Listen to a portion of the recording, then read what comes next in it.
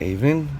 As you can see by the slight darkening around me, it's getting into the evening, night time.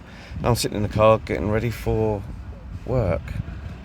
While probably everyone else is either down the pub or contemplating going to sleep. So, let me first introduce myself. Dennis, hi once again. I am the blue collar worker. And this is another one of my episodes on when common sense left the building. This time I'm having a little pop at the fishing industry because confusion is setting in my head right now. I mean, can anybody explain this to me? Because once again, I think I'm missing something. We're an island. Not just any island, a nation built by the sea. Our history, our trade, our navy, our ports, our fishermen. The sea didn't just wrap itself around Britain, it helped build Britain. So, here's what I don't understand. If we're surrounded by some of the richest fishing grounds in Europe, why are so many of our fishing communities struggling? I'm not a fisherman. I'm the antithesis of that. I'm useless, especially where that's concerned. I'm also not a marine biologist. I wouldn't even know where to begin there. I'm just a bloke. I'm a truck driver. I'm trying to work out how an island nation ended up importing so much fish while many of its own fishing communities have struggled. Maybe there aren't enough fish. Maybe British fishermen just couldn't compete. Maybe the world changed.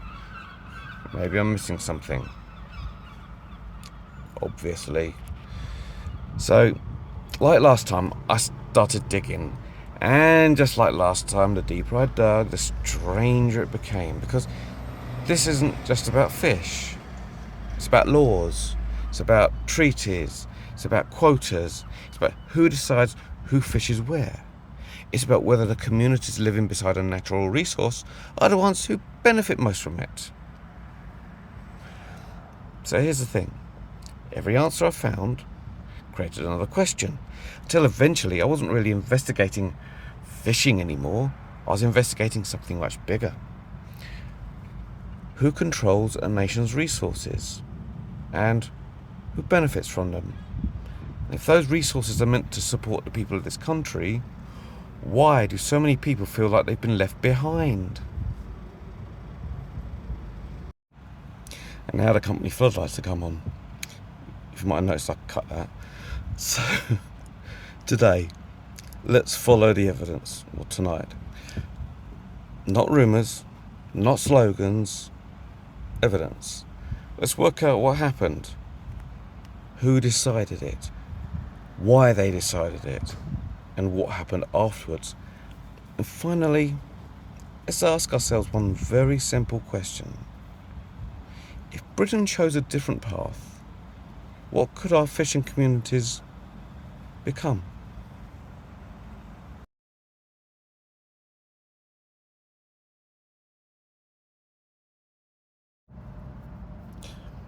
So, naturally, I assumed there had to be a simple explanation. Maybe there aren't just, maybe there just aren't as much fish. Maybe British fishermen couldn't compete. Maybe this was simply the way of the modern world. Then now I ask myself a different question. Because if that's true, why are there still so many boats fishing around Britain? Who's catching them? Because fish don't recognise borders.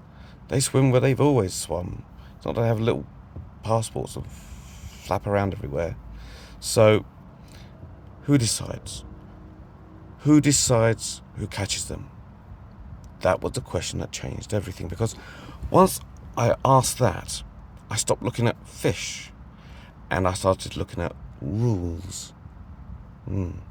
Now, I'll be honest. I thought this answer's got to be simple. British waters, British fishermen. Duh, job done. Apparently, It isn't that simple, or even that close. Not close at all.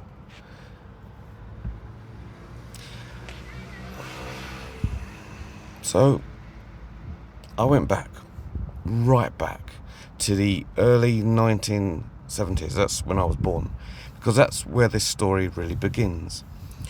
Britain joined something called the European Economic Community. Supporters believed it would bring greater economic opportunity, greater trade, greater cooperation with our European neighbours. Fishing wasn't the headline, but it would become one of the biggest stories for many coastal communities, because over time, fishing became governed through what became known as something, it was called the Common Fisheries Policy. Now, before anyone starts shouting, let's understand why. Because the idea wasn't madness. Fish move, countries share seas. Now, if everyone catches as much as they like, eventually nobody has anything left. That part, that made sense. Future generations will suffer. So if that's what the policy was trying to achieve, why did so many British fishermen feel they'd been left behind? That's the question.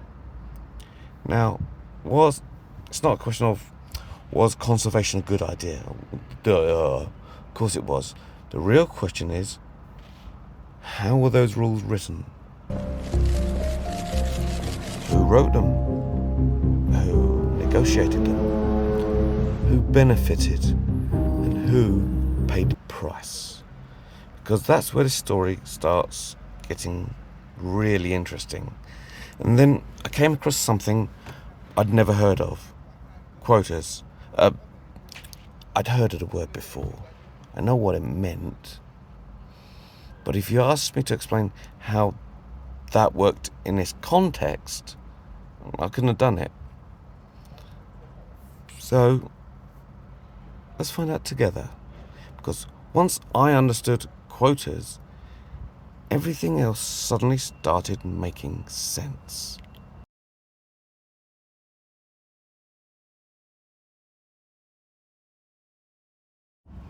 Right. Let's stop for a minute because, as I said, I'd heard this word before. Heard it all my life. Quotas. Everybody in fishing seemed to talk about them.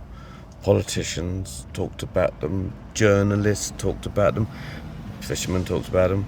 But if you ask me what actually is a quota, I couldn't have told you. So I went looking. Here's what I found. A quota, simply put, is an agreed limit on how much of a particular species can be caught over a set period. Now, on the face of it, that makes perfect sense. If everyone catches as much as they like, eventually there won't be any fish left. Nobody wants that. Not me. Not fishermen. Not anyone. Because if we're going to hand healthy seas to our children, someone has to make sure they're looked after. Yeah. So quotas aren't the enemy, they're a tool. The real question is, who gets the quota? Because once I realised that, everything changed. Imagine you got 100 fish and 10 boats. Every boat agrees there should only be 100 fish caught. Fine. But somebody has to decide who catches 10, who catches 20, who catches none. And that's where the story becomes political. Because the moment you decide who catches what, you're deciding who earns a living, who employs local people, who buys new boats, who takes on apprentices, who keeps the harbour alive, which harbour stays alive. Suddenly, we're not talking about fish anymore, are we?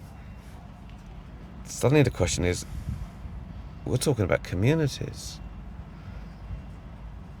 That's when another question hit me. If the fish are swimming around Britain's coastline, Who decided how much Britain should catch? Who negotiated that? Why did they negotiate it that way? I mean, what were they hoping to achieve? What actually happened afterwards? Because once you start asking those or answering those questions, you begin to understand why this issue has remained so contentious. That's the right word. Contentious for decades. And that leads us to the next part of the story. Not the fish, not the quotas. Remember, they're a tool. It's the negotiations that shaped them.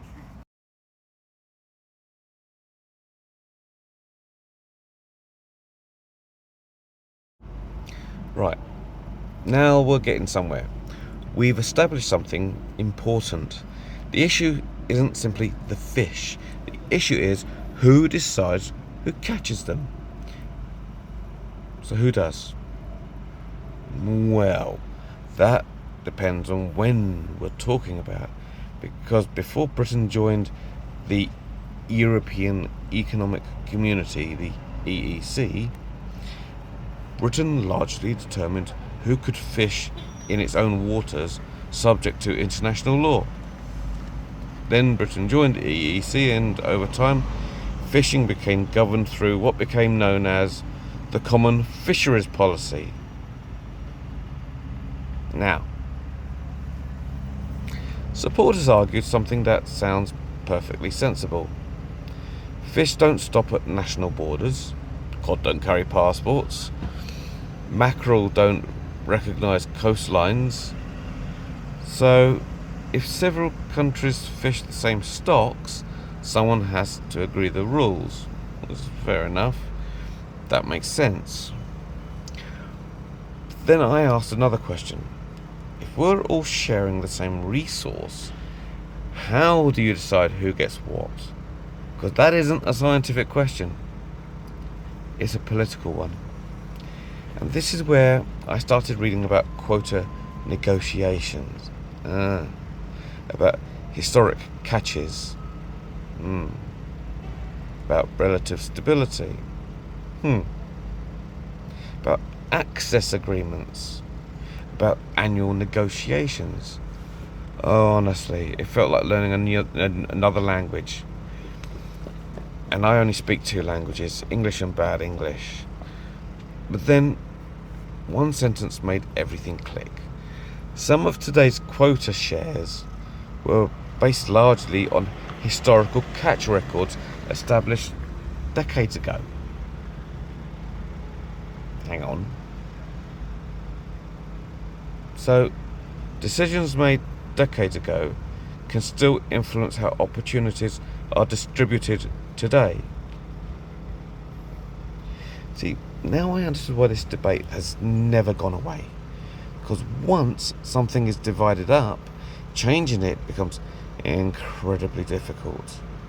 And then another question hit me. If many British fishermen believed the system wasn't working for them, why didn't it change? Who had the power to change it? Who wanted to keep it? Who wanted to reform it? And what happened when Britain voted to leave the European Union? Because surely everything changed then, didn't it? That's what I thought. I thought Brexit would be the end of this story. Instead, it turned out to be the beginning of another one. Because once Britain left, a new question appeared. If we've left, why is the argument still going on? What changed? What didn't? Why?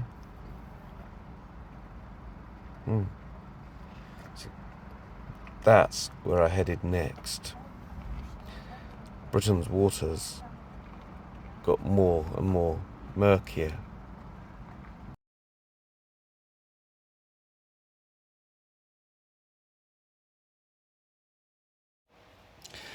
Now, as you probably noticed, it's daytime now, and no, I haven't turned to ash because I'm not a vampire.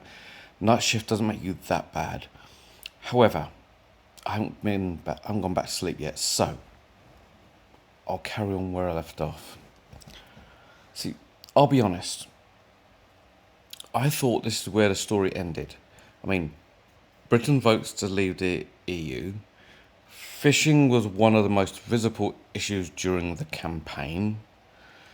Many fishermen believed leaving would mean Britain would or could decide who fished in its own waters. Duh, simple. Job done. Except it wasn't. Because once again, I found myself asking, hang on, if we've left, why is everybody still arguing? Back down the rabbit hole I went.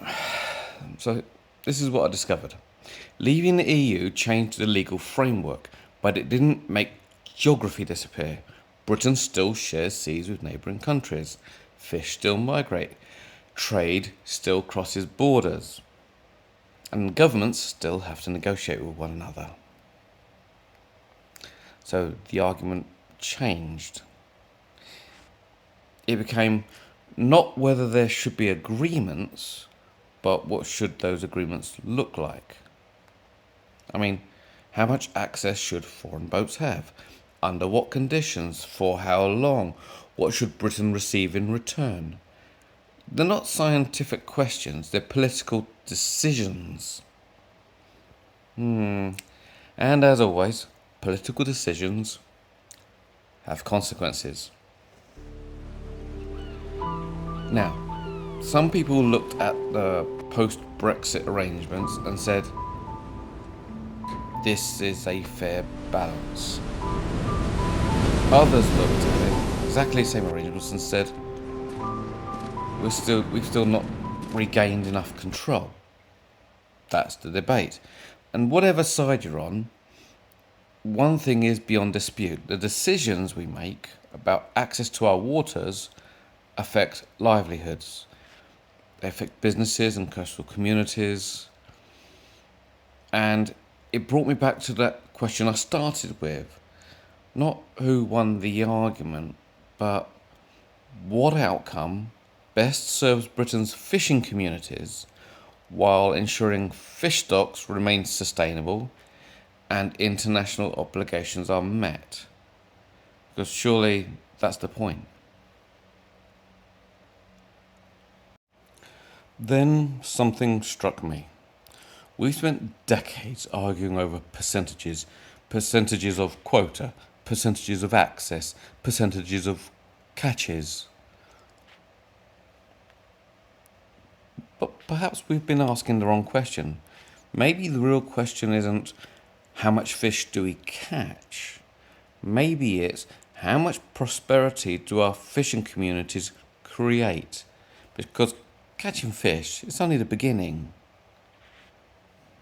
I mean, you've got building boats, repairing engines, processing food, transport, export, tourism, training, apprenticeships. One successful harbour supports dozens of other businesses. I mean, one thriving fishing fleet can help sustain an entire local economy. So just imagine, if every decision about our waters started with one question. How do we leave Britain's coastal communities stronger than we found them? Imagine licensing designed with that objective. Imagine investment flowing into ports. Imagine apprentices seeing a future. Imagine engineers staying local because the work is there. Imagine processors expanding because supply is reliable. Imagine cafes opening before dawn because the fleet has landed. I mean, it's not nostalgia. It is, but it's not just. Because it doesn't have to be. Because that's what happens when an industry supports a community. And here's the question I couldn't stop asking myself. If policies helped create today's system, could different policies create something better?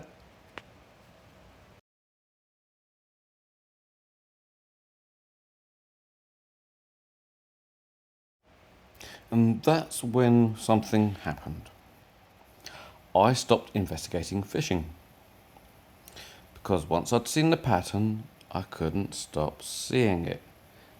Different industry, same questions. Different people, same frustrations. Different decade, same result. Take energy. We've already been there in the previous episode. Britain sits on enormous natural resources, yet we import energy, buy it back, pay more for it than fishing. Britain is surrounded by productive fishing grounds, yet many fishing communities have struggled for decades. Manufacturing. Once we built ships, steel, engines, machine tools, aircrafts, the things the world wanted to buy. Now, how often we hear it's cheaper to import. Housing. Everybody agrees we need homes. Everybody.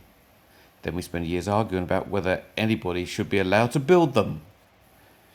It's the same story again and again and again. Now, don't misunderstand me. Every one of those rules started with a reason. Protect wildlife. Protect countryside. Protect fish stocks. Protect communities. Protect workers. Protect consumers. Those are worthwhile goals, but here's the question nobody seems willing to ask. What happens when protecting something becomes so complicated that eventually nothing gets built, nothing gets produced, nothing gets invested, nothing grows? It's like tying a rope around a young tree. One rope won't kill it. Tie another. Then another, then another. Eventually the tree is still alive, but it can no longer grow. That's a metaphor and a half. That's what I see. Not one catastrophic mistake, 1,000 tiny restrictions. Each one understandable, each one defended, each one introduced with good intentions. But together, they begin squeezing the life out of the very thing they were trying to protect. Now here's the really important part, because if people created these systems, people can improve them. That's not extremism. That is democracy. Every law was written by somebody. Every regulation was approved by somebody. Every treaty was negotiated by somebody. If they can be written, they can be rewritten. If they can be negotiated, they can be renegotiated. If they no longer achieve what they were meant to achieve, they can be changed. And that leads me to one simple thought. What if, instead of asking, how do we stop people, we started asking, how do we help good people succeed? Because Britain's greatest resource has never been oil, or gas, or fish, or coal. It's always been the people. Give British people something worth building, and by God, they'll build it. Give them something worth inventing, they'll invent it. Give them the freedom to create, and they'll surprise the world. We've done it before. Why? Why would we suddenly become incapable of doing it again? I think we've been asking the wrong question. The question isn't, can Britain succeed? maybe the real question really is what's stopping Britain?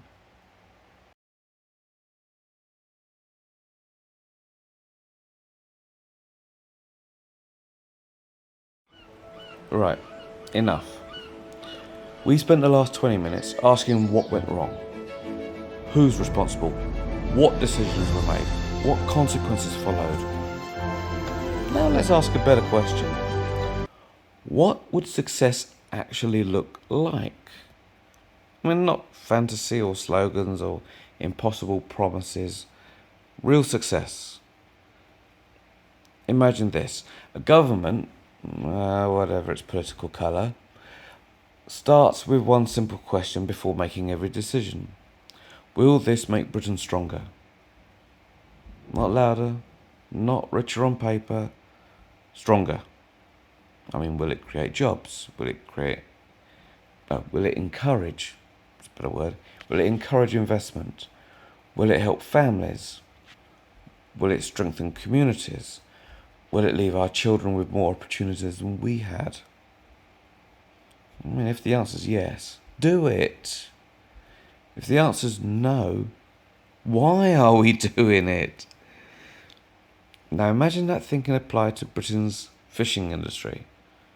Healthy fish stocks, protected for generations, strong coastal communities, growing businesses, modern ports, young people learning the trade, marine engineers in demand, shipbuilders taking on apprentices, restaurants proudly serving British fish, families building lives because opportunity has returned. That isn't just good for fishermen, it's good for Britain. And that's the bit I think we've forgotten, because when one industry succeeds, it lifts another, and another, and another. Prosperity spreads, hope spreads, confidence spreads. I mean, that's how countries grow. It's not by accident, it's not by design. Because here's something I genuinely believe. Britain doesn't have a resource problem. Britain doesn't have a talent problem. Britain doesn't have a work ethic problem. Britain has millions of people who simply want the chance to build something worthwhile. Stop making that harder than it needs to be. Remove unnecessary obstacles. Keep the protections that genuinely protect. Keep the conservation that genuinely conserves. Keep the standards that genuinely raise standards. But never confuse activity with achievement. The purpose of government isn't simply to write rules. It's to create the conditions where good people can succeed. And when good people succeed, communities succeed. When communities succeed, Britain succeeds. So perhaps the real question was never who catches the fish. The real question is, what kind of country are we trying to build? Because once you answer that, everything else becomes, much simpler, really. At the end of the day, this was never really about fish. Fish were simply the question that led us to somewhere much bigger. This has always been about Britain. About whether we've made it easier or harder for ordinary people to build extraordinary lives. Throughout this investigation, I kept coming back to the same thought. Britain doesn't have a shortage of talent. We don't have a shortage of ideas. We don't have a shortage of people willing to work. What we too often have are obstacles. Obstacles that make it harder to build, harder to invest, harder to create, harder to employ, harder to believe. And here's the wonderful thing about obstacles. People put them there, which means people can remove them.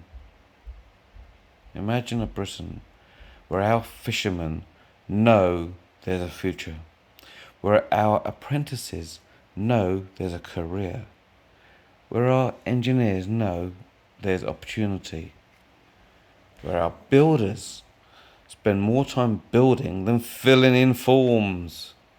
Oh. Where investment is welcomed and not chased away. Where success is celebrated, not apologised for. Imagine coastal towns full of life again. Busy harbours, busy workshops, busy cafes before sunrise. Families planning for the future instead of worrying about the next bill.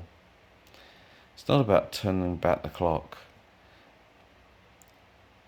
It's about moving forward with confidence, with purpose, with common sense.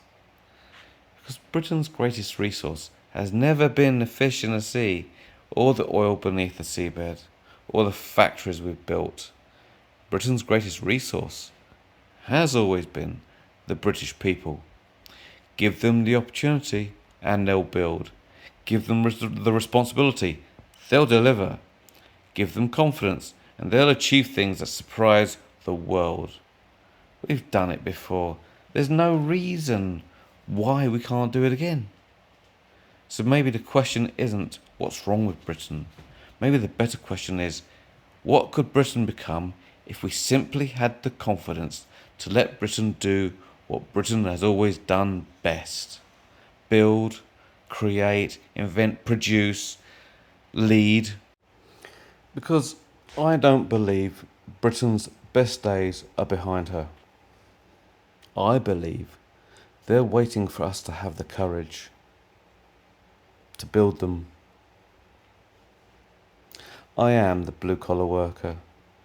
Take care of yourselves, take care of each other, and let's get Britain building again. And now, all that done, please don't forget to like and subscribe at the bottom. And I'm done. I'm going to bed. I'll do a post-production later.